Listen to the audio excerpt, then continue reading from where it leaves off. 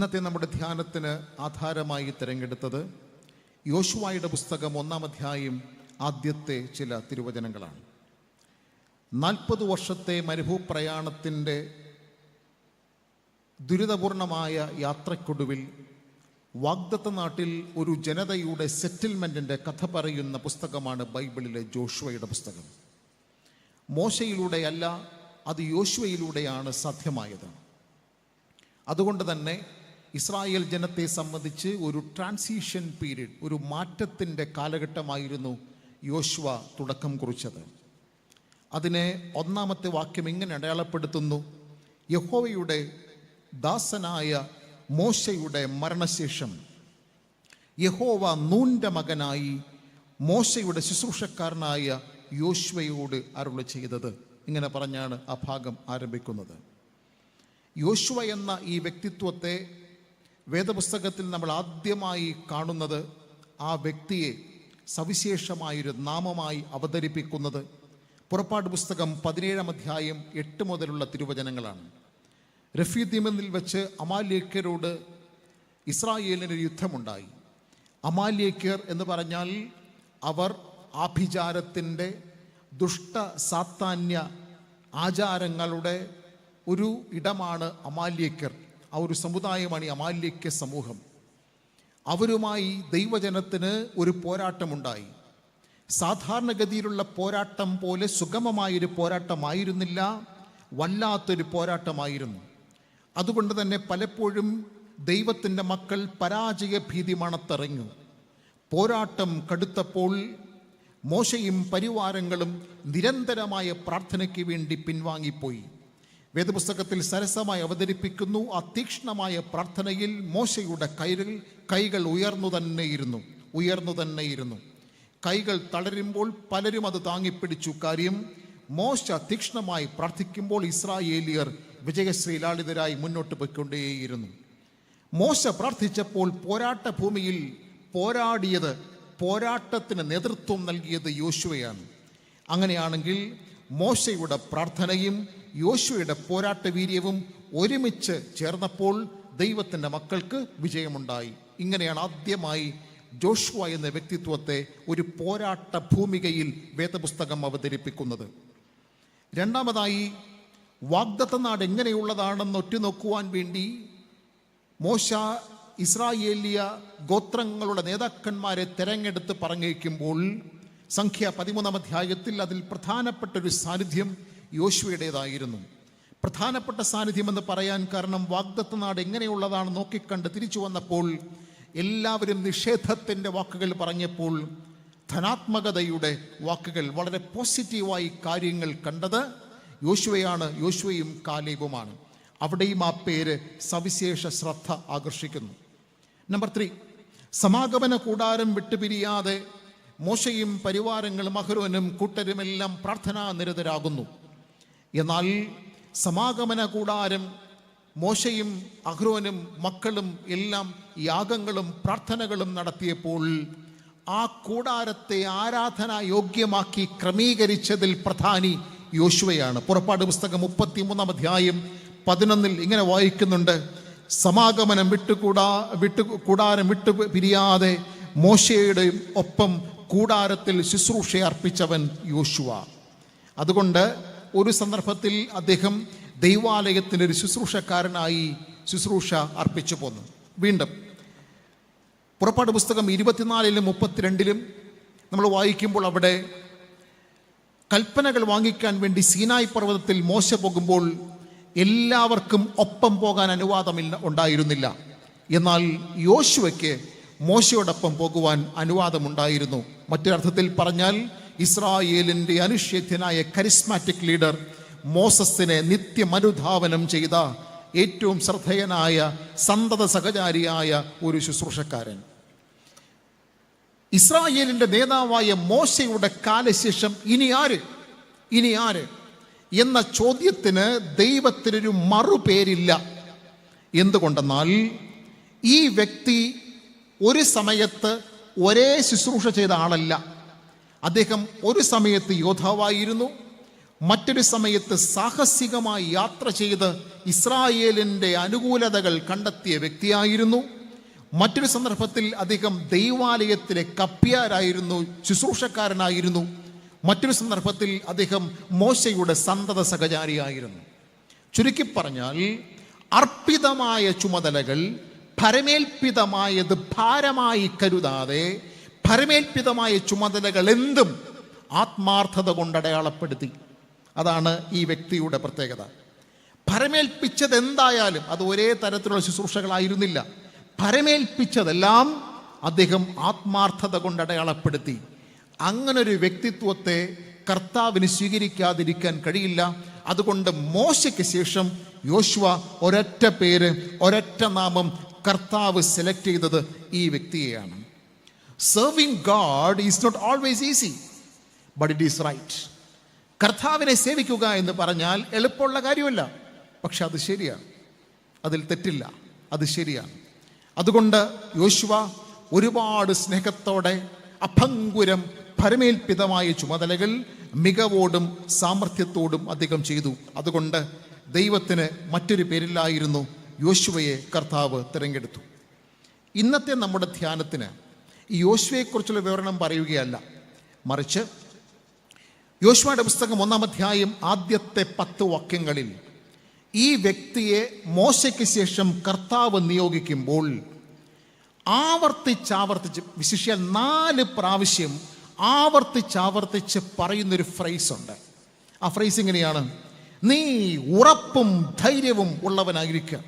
B strong and very courageous. ഈ ഒരൊറ്റ phrase യോശുവയുടെ പുസ്തകം 1-ാം അധ്യായം ആദ്യത്തെ 10 വാക്യങ്ങളിൽ 4 പ്രാവശ്യം ആവർത്തിച്ച് പറയുന്നുണ്ട്. B strong and very courageous. നീ ഉറപ്പും ധൈര്യമുള്ളവനായിരിക്കുക, നീ ഉറപ്പും ധൈര്യമുള്ളവനായിരിക്കുക. ഈ ഫ്രേസ് ഞാൻ ആവർത്തിച്ച് വായിച്ച് ധ്യാനിച്ചപ്പോൾ മനസ്സിലായ ഒരു കാര്യം, ഒരേ കാര്യത്തിനല്ല പറയുന്നത്. ഈ 4 സന്ദർഭങ്ങളിലും 4 കാര്യങ്ങൾക്ക് വേണ്ടി കർത്താവ് പറയുന്നു: be strong and very courageous. നീ ഉറപ്പും ധൈര്യവും ഉള്ളവനായിരിക്കണം. പരിശുദ്ധാത്മാവിൽ ഈ സെഷനിൽ കർത്താവ് നമുക്ക് നൽകുന്ന സന്ദേശം അതാണ്: പ്രിയ ദൈവജനമേ, നിങ്ങൾ ഉറപ്പും ധൈര്യവും ഉള്ളവരാകൂ. Be strong and very courageous. നിങ്ങൾ ഉറപ്പും ധൈര്യവും ഉള്ളവരാകൂ. ആവർത്തിച്ചാവർത്തിച്ചിത് പറയുന്നുണ്ട്. 4 കാര്യങ്ങളിൽ നിങ്ങൾ ഉറപ്പും ധൈര്യവും ഉള്ളവരാകണം. അതെന്താണ്? നമ്പർ 1, ജീവിതത്തിൻ്റെ അവസ്ഥാന്തരങ്ങളെ, വാക്കുകൾ കേട്ട് പേടിക്കണ്ട, ജീവിതത്തിലെ മാറ്റങ്ങളെ. Be strong and courageous enough to accept the vicissitudes in life.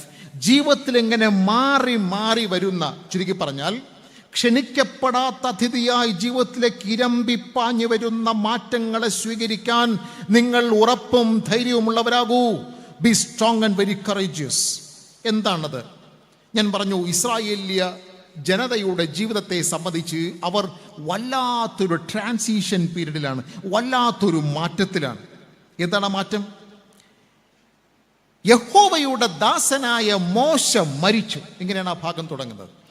യഹോവയുടെ ദാസനായ മോശ മരിച്ചു.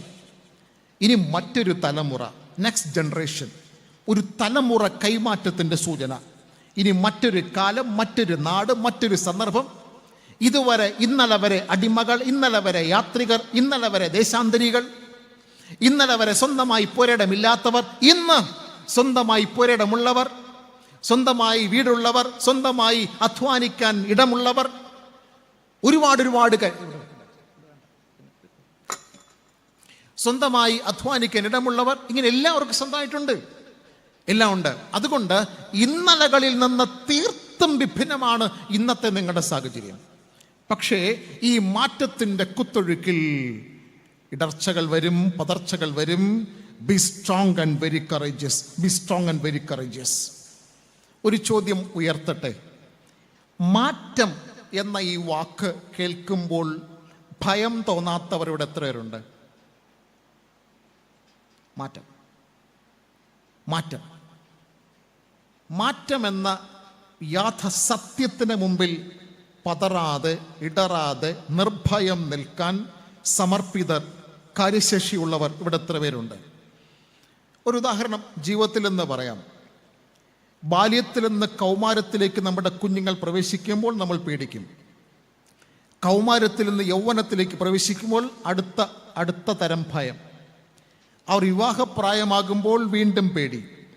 എന്താണ് ഈ വിവാഹത്തിന് പേടിയുണ്ടോ? നമ്മുടെ കുഞ്ഞുങ്ങൾ വിവാഹം കഴിക്കുമ്പോൾ പേടിയുണ്ടോ? പെൺകുട്ടികളാണെങ്കിൽ ചെന്നു കയറുന്ന ഇവിടെ എങ്ങനെ ഇരിക്കുമെന്തോ, ആൺകുട്ടികളാണെങ്കിൽ വന്നു കയറുന്ന ഐറ്റം എങ്ങനെ ഇരിക്കുമെന്തോ. പല വിധത്തിലുള്ള മാറ്റങ്ങൾ നമ്മുടെ ജീവിതത്തിലേക്ക് ഇനി ഇരമ്പി വരാറുണ്ട്. ഇനി ചില വീടുകളിലാണെങ്കിൽ കുഞ്ഞുങ്ങൾ ജനിക്കുമ്പോൾ പേടിയാണ്. കുഞ്ഞുങ്ങൾ ജനിക്കുമ്പോൾ അങ്ങനെ ഉണ്ടാ? ഞങ്ങളുടെ പള്ളിയിൽ, ഞാൻ മുമ്പിരുന്നൊരു പള്ളിയിൽ ഞങ്ങൾക്കവിടെ എലക്റ്റഡ് മെമ്പേഴ്സാണ് ഈ ചർച്ച് കമ്മിറ്റി മെമ്പേഴ്സ്. അവരൊക്കെ ഡീക്കൻസ് എന്നാണ് പറയുന്നത്. ഇവിടുത്തെ ക്രമമല്ല കേട്ടോ. ചർച്ച് കമ്മിറ്റി മെമ്പേഴ്സിന് ഡീക്കനസ് എന്നാണ് പറയുന്നത്. അതിൽ സ്ത്രീകളുണ്ട്, ഡീക്കനസ് എന്നാണ് പറയുക. അങ്ങനെ ആരാധനയ്ക്ക് തൊട്ട് മുമ്പ് വെസ്ട്രിയിൽ ഞാനിങ്ങനെ ഒരുക്ക പ്രാർത്ഥനയിലൊക്കെ ആയിരുന്നു. അപ്പോൾ സാധാരണ ഡീക്കന്മാരോടെ വന്ന് ഒരുമിച്ച് പ്രാർത്ഥിച്ച് പിരിയാറുണ്ട് ബിഫോർ വർഷിപ്പ്. അങ്ങനെ ഈ ആൻറ്റിയോടെ വന്നു. അപ്പോൾ ഈ ആൻറ്റിയുടെ മകനൊരു കുഞ്ഞാവയെ കിട്ടി. അപ്പോൾ ആൻറ്റി വന്നപ്പോൾ തന്നെ ഞാൻ പറഞ്ഞു, കൺഗ്രാജുലേഷൻസ് ആൻറ്റി. എന്താ അച്ഛാ, അത് കുഞ്ഞാവയെ കിട്ടിയില്ലേ, മോനൊരു കുഞ്ഞാവയെ കിട്ടിയില്ലേ? ഓ സന്തോഷമൊന്നുമില്ല അച്ഛാ, രണ്ടാമത്തെ പെണ്ണായി പോയി അച്ഛാ. സന്തോഷമൊന്നുമില്ല അച്ഛാ, സന്തോഷമൊന്നുമില്ല. ചിലരൊക്കെ ഇങ്ങനെ കുഞ്ഞുങ്ങൾ പിറക്കുമ്പോൾ പേടിക്കുന്നു. ജീവിതത്തിൽ ഇങ്ങനെ മാറ്റങ്ങൾ വരുമ്പോൾ പേടിക്കുന്നു. കുഞ്ഞുങ്ങൾ പിറക്കുമ്പോൾ പേടിക്കുന്നു. 5 പേർക്ക് സുഗമമായി യാത്ര ചെയ്യാൻ പറ്റുന്ന ഒരു കാറ്. ഓഫ് കോഴ്സ് ബാക്ക് സീറ്റിൽ 3 പേരുണ്ട്, ഫ്രണ്ടിൽ 2 പേർ. അവരിങ്ങനെ പാട്ടൊക്കെ പാടി തമാശയൊക്കെ പറഞ്ഞ് സന്തോഷമായിട്ട് ജോളിയായിട്ട് ഇങ്ങനെ യാത്ര ചെയ്യുന്നു. കുറേ കിലോമീറ്ററുകൾ പിന്നിട്ടപ്പോൾ പുറകിലിരുന്നൊരു ചങ്ങാതി പറഞ്ഞു, ഇവിടെ ഒന്ന് നിർത്തണം, ആ മരച്ചുവട്ടിൽ നിൽക്കുന്നത് എൻ്റെ ഒരു ഫ്രണ്ടാണ്, അവനെ കൂടെ കയറ്റിയെങ്കിൽ കൊള്ളായിരുന്നു. ഇത് പറഞ്ഞപ്പോൾ എല്ലാവരുടെയും മുഖമൊന്നും മാറി. കാര്യം എന്ത്? ഇത്രയും നേരം ഇരുന്നൊരു സുഖം ഇനി കിട്ടത്തില്ല, വേറൊരാളോട് വലിഞ്ഞു പിടിച്ച് കയറി വരും. എന്തായാലും പറഞ്ഞത് ചങ്ങാതിയല്ലേ, ആ മരച്ചുവട്ടിൽ നിർത്തിയിട്ട് ബാക്ക് സീറ്റിൽ 4മതൊരാളെ, 3 പേർക്ക് സുഖകരമായി യാത്ര ചെയ്യാൻ പറ്റുന്നൊരു സീറ്റിൽ 4മതൊരാളെ വലിച്ചു കയറ്റി. ഒരാൾ കൂടെ വരുമ്പോൾ എന്ത് സംഭവിക്കും? ഒരാൾക്ക് ഫ്രണ്ടിലോട്ടിരിക്കണം, വേറൊരാൾക്ക് ഞെരുങ്ങിയിരിക്കണം. അഡ്ജസ്റ്റ് ചെയ്തു ഇരുന്നു. പക്ഷേ വന്നു കയറിയ ചങ്ങാതി ഉണ്ടല്ലോ, അദ്ദേഹം ഒരു രസികനായിരുന്നു. അദ്ദേഹവും ഇവർക്കൊപ്പം തമാശകൾ പറയാൻ തുടങ്ങി. അദ്ദേഹവും ചിരികളികൾ പറയാൻ തുടങ്ങി. അങ്ങനെ സംഗതി സെറ്റായി. അവരുടെ ചങ്ങാത്തം ദൃഢമായി. കിലോമീറ്ററുകൾ താണ്ടിയപ്പോൾ 6മതൊരാൾ ഇവിടെ ഉണ്ടെന്നൊരു തോന്നൽ അവർക്കുണ്ടായില്ല. അവർ സരസമായി ഇങ്ങനെ യാത്ര ചെയ്തു. കുറേ ദൂരം കഴിഞ്ഞപ്പോൾ ഈ വലിങ്ങേറിയെന്ന ചങ്ങാതി പറഞ്ഞു, ഇവിടെ നിർത്തണം, ഇവിടെയാണ് എനിക്ക് ഇറങ്ങേണ്ടത്. അങ്ങനെ കാർ ഇവിടെ നിർത്തി അദ്ദേഹത്തെ ഇറക്കി വിട്ടപ്പോൾ കാറിൻ്റെ അകത്തിരിക്കുന്ന 5 പേർ എന്ത് പറഞ്ഞെന്നറിയാമോ? നാളെയും ഞങ്ങൾ ഇതുവഴി വരും, വേണമെങ്കിൽ കയറാം. വന്നുകയറിയ മാറ്റത്തെ സരസമായി സ്വീകരിക്കുക. Accept and adopt changes. വന്നുകയറുന്ന, ക്ഷണിക്കപ്പെട്ടും ക്ഷണിക്കപ്പെടാതെയും ജീവിതത്തിലേക്ക് വന്നുകയറുന്ന മാറ്റങ്ങളെ സരസമായി സ്വീകരിക്കുക. സജീവ സേവനത്തിൽ നിന്ന് റിട്ടയർമെന്റിന്റെ മറ്റൊരു കാലം, കൗമാരത്തിൻ്റെയും യൗവനത്തിൻ്റെയും മധ്യവയസ്കതയുടെയും സജീവതയിൽ നിന്ന് ക്ഷീണത്തിൻ്റെ വാർദ്ധക്യത്തിൻ്റെ മറ്റൊരു കാലം, മക്കൾ ഒപ്പമുള്ളൊരു കാലം, മക്കൾ ഒപ്പമില്ലാത്ത മറ്റൊരു കാലം, ജീവിത പങ്കാളി ഒപ്പമുള്ളൊരു കാലം, ജീവിത പങ്കാളി ഒപ്പമില്ലാത്ത മറ്റൊരു കാലം. ഇങ്ങനെ കാലത്തിൻ്റെ കുത്തൊഴുക്കിൽ ക്ഷണിച്ചും ക്ഷണിക്കപ്പെടാതെയും നമ്മുടെ ജീവിതത്തിലേക്ക് ഇരമ്പിപ്പാഞ്ഞു വരുന്ന ഒന്നാണ് മാറ്റം. അനിവാര്യമാണ്, സുനിശ്ചിതമാണ്, അത് സംഭവിച്ചിരിക്കും. ആർക്കും അത് തടയാൻ കഴിയില്ല. എന്നാൽ വചനം പറയുന്നു, be strong and very courageous to accept transitions in life. നിങ്ങൾ നിങ്ങളുടെ ജീവിതത്തിൽ ഇരമ്പി വരുന്ന ഈ മാറ്റങ്ങളെ സ്വീകരിക്കാൻ ഉറപ്പും ധൈര്യവുമുള്ളവരാവുക. അതുകൊണ്ട് ഇന്നലകൾ ആവർത്തിക്കപ്പെടണമെന്നൊരിക്കലും വാശി പിടിക്കരുത്, സാധ്യമല്ല. ഇന്നലകൾ ആവർത്തിക്കപ്പെടണം. എപ്പോഴും പഴയതാണ് ശരി, പഴമയാണ് നന്മ എന്ന് പറഞ്ഞ് നടക്കരുത്. പുതിയതിലും ശരിയുണ്ട്, പുതിയതിലും നന്മയുണ്ട്. ഓക്കെ. കോവിഡ് സമയത്ത് എൻ്റെ പള്ളിയിൽ ആദ്യമായിട്ട് ഓൺലൈൻ ആരാധന ആരംഭിച്ചപ്പോൾ ഓഫ് കോഴ്സ് കൂടാൻ നിർവാഹമൊന്നുമില്ലല്ലോ. അതുകൊണ്ട് ചർച്ച് കമ്മിറ്റി ഡിസൈഡ് ചെയ്തിട്ട് ഓൺലൈൻ ഓഫറിങ് കൂടെ തുടങ്ങി, ഓൺലൈൻ ഓഫറിങ്. ഇത് കേട്ട മാത്രയിൽ തന്നെ അങ്ങോട്ട് പലരും ചാടി, എന്തച്ചാ പറയുന്നത്, സ്തോത്രക്കാഴ്ച മേശമേൽ വെക്കേണ്ടതല്ലേ, പിന്നെ എങ്ങനെയാണ് ഈ ഓൺലൈൻ ഓഫറിങ് നിങ്ങൾ പള്ളിയിൽ അഡോപ്റ്റ് ചെയ്യുന്നത്? ഇത് തെറ്റാണ്, ഇത് തെറ്റാണ്. പക്ഷെ ദൈവകൃപയിൽ ശരണപ്പെട്ടുകൊണ്ട് അത് മുന്നോട്ട് പോയി. അത് ഭയങ്കര സക്സസ്ഫുൾ ആയിരുന്നു. കോവിഡൊക്കെ കഴിഞ്ഞു, ആളുകൾ പള്ളിയിലേക്ക് വന്നു, ശുശ്രൂഷയിൽ വളരെ സജീവതയുണ്ടായി. കുടുംബം ആൾമോസ്റ്റ് എല്ലാവരും തിരിച്ചു വന്നു, എല്ലാവരും ദൈവാലയത്തിലേക്ക് തിരിച്ചു വന്നപ്പോൾ അതിൽ കുറേ ആൾക്കാർ വന്ന് പേഴ്സണലി ഞങ്ങളോട് ആവശ്യപ്പെട്ടു, അച്ഛാ ദയവായിട്ട് ഓൺലൈൻ ആരാധന നിർത്തല്ലേ. കാര്യം എന്താ? അത് ഞങ്ങളുടെ ചേട്ടൻ്റെ മകൻ കാനഡയിലുണ്ട്. വേറെ ആൾ പറഞ്ഞു, അച്ഛാ എൻ്റെ അമ്മാവി സുഖമില്ലാതെ വീട്ടിൽ കിടക്കുകയാണ്, പള്ളിയിൽ വരാൻ നിർവാഹമില്ല, ഞാനവിടെ ഓൺ ചെയ്ത് കൊടുത്തിട്ടാ വരുതേ. അതുകൊണ്ട് മറ്റൊരാൾ പറഞ്ഞു, ചിലരൊക്കെ ഗൾഫ് നാടുകളിലുണ്ട്, ഈ പള്ളിയുടെ ആരാധന തന്നെ അവർക്ക് വേണമെന്ന താല്പര്യം, ഓൺലൈൻ ആരാധന നിർത്തല്ലേ. ഓക്കെ. വീണ്ടും ചിലർ പറഞ്ഞു, അച്ഛാ ഈ ശമ്പളമല്ല ഞങ്ങൾക്ക് ബാങ്കിലാണ് വരുന്നേ, അതുകൊണ്ട് അപ്പം തന്നെ മാസവരി അങ്ങോട്ട് ട്രാൻസ്ഫർ ചെയ്യുന്ന എളുപ്പം, ദയവായിട്ട് ഓൺലൈൻ ഓഫറിങ് നിർത്തല്ലേ. Accept and adopt changes. മാറ്റങ്ങൾ സുനിശ്ചിതമാണ്, ജീവിതത്തിൽ മാറ്റങ്ങൾ വരും, അത് സ്വീകരിക്കാൻ നമ്മൾ തയ്യാറാകണം. ഇവിടെ എന്താണ്? എന്റെ ദാസനായ മോശ മരിച്ചു, ആകയാൽ നീയും ഈ ജനമൊക്കെയും പുറപ്പെട്ട യോർദാനക്കരെ ഇസ്രായേൽ മക്കൾക്ക് ഞാൻ കൊടുക്കുന്ന ദേശം കൈവശമാക്കുക. പ്രിയമുള്ളവരെ, ഈ ഒരു സെന്റൻസ് എന്ന് പറഞ്ഞാൽ ഇസ്രായേൽ ജനതയെ സംബന്ധിച്ച് ഭാവനയിൽ കാണാൻ പോലും കഴിയാത്തൊരു സെന്റൻസാണ്. കാര്യം, മോസസ് എന്ന ന്യായാധിപൻ, മോസസ് എന്ന നേതാവ്, മോസസ് എന്ന ആത്മീക ഗുരു, മോസസ് എന്ന കരിസ്മാറ്റിക് ലീഡർ, മോസസ് എന്ന അത്ഭുതങ്ങളുടെ കൂട്ടുകാരൻ, അയാളില്ലാത്തൊരു ജനതയെ സ്വപ്നം കാണാൻ ഒരു ജനതയ്ക്ക് കഴിയില്ല, ഊഹിക്കാൻ പോലും കഴിയില്ല. കാര്യം ഇദ്ദേഹം ഒരു വല്ലാത്ത മനുഷ്യനാണ് മോശ. രാവിലെ തുടങ്ങി രാത്രി വരെ ഊണും ഉറക്കവും ഇല്ലാതെ ഒരു മരത്തിൻ്റെ ചുവട്ടി കുത്തിപ്പിടിച്ചിരിക്കും. എന്തിനെന്നറിയാമോ? ലക്ഷം വരുന്ന ജനത, അവരുടെ കേസുകൾ പരിഹരിക്കാനാണ്. അറിയാം, നമ്മൾ ബൈബിളിൽ അങ്ങനെ ഒരു മോസസിനെ വായിച്ച് മനസ്സിലാക്കുന്നുണ്ട്. ഒരിടത്ത് കുത്തിപ്പിടിച്ചിരിക്കും, ഊണും ഉറക്കവും ഒന്നുമില്ലാതെ ഇദ്ദേഹം വരും. പല ഗോത്രങ്ങളിൽപ്പെട്ടവർ പല പ്രശ്നങ്ങളുമായി ഇദ്ദേഹത്തിൻ്റെ അടുത്ത് വരും. ഇദ്ദേഹം എല്ലാം കേൾക്കും, സൊല്യൂഷൻസ് പറഞ്ഞു കൊടുക്കും, തർക്കങ്ങൾ പരിഹരിക്കും, ഒപ്പം നിൽക്കും, പ്രാർത്ഥിക്കും, അത്ഭുതങ്ങൾ കാണിക്കും. അതാണ് ഇയാള്. ഇത് കണ്ട അസഹനീയമായൊരു മനുഷ്യനുണ്ട്. ആര്? ഇത്രോ അമ്മാവൻ പറഞ്ഞു, വേറെ പണിയൊന്നുമില്ലേ, ഈ ലക്ഷം വരുന്ന എല്ലാ ജനത്തിൻ്റെയും പ്രശ്നങ്ങൾ പരിഹരിക്കാൻ നിങ്ങൾ എന്തിനാണ് ശ്രമിക്കുന്നത്?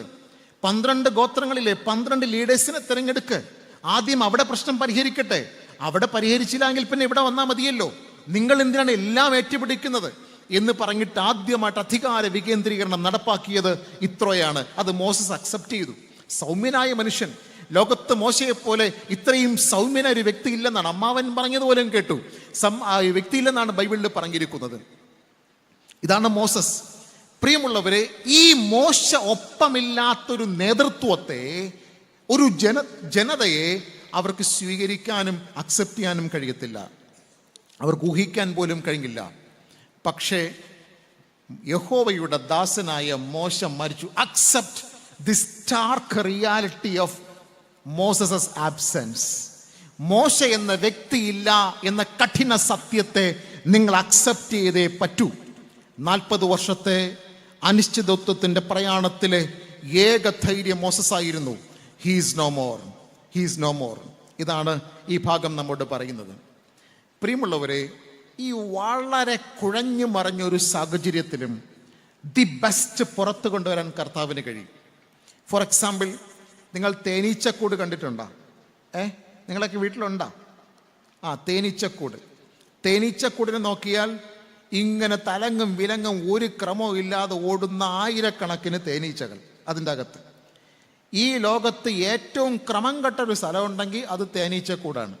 അവിടെ മൊത്തവും ഒരു ക്രമരാഹിത്യത്തിൻ്റെ ഇടമാണ് തേനീച്ച.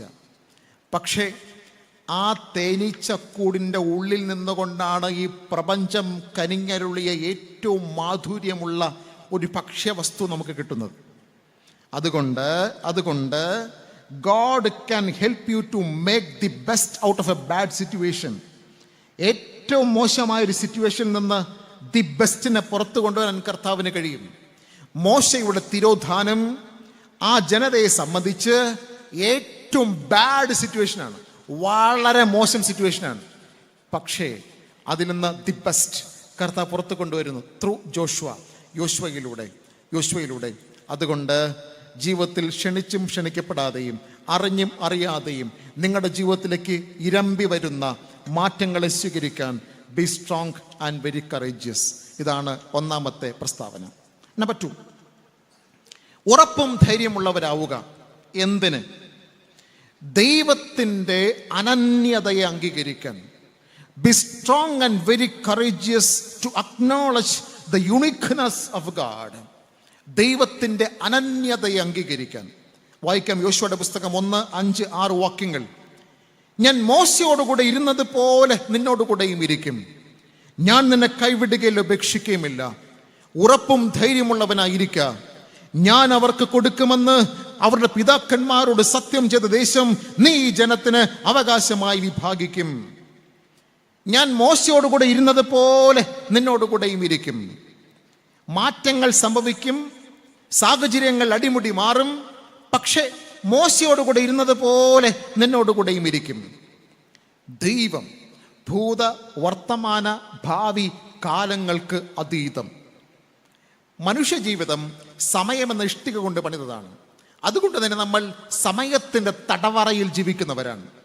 ഇന്നലെ, ഇന്ന്, നാളെ എന്ന ഈ ക്രമങ്ങൾ നമ്മെ സംബന്ധിച്ച് സമയത്തിൻ്റെ തടവറയിൽ ജീവിക്കുന്നവരാണ് നാം. എന്നാൽ ദൈവം ഇതിനതീതമാണ്. അതുകൊണ്ട് തന്നെ ഇന്നലെയും ഇന്നും നാളെയും എല്ലാം ദൈവ പദ്ധതിയിൽ ഒരുപോലെ ഭദ്രം.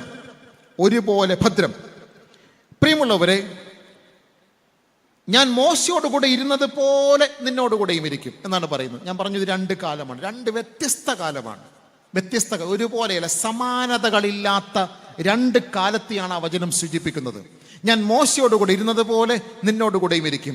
മോശയുടെ കാലം ഒന്ന്, യോശുവയുടെ കാലം മറ്റൊന്ന്. പക്ഷെ I will be there, same Lord, different situations.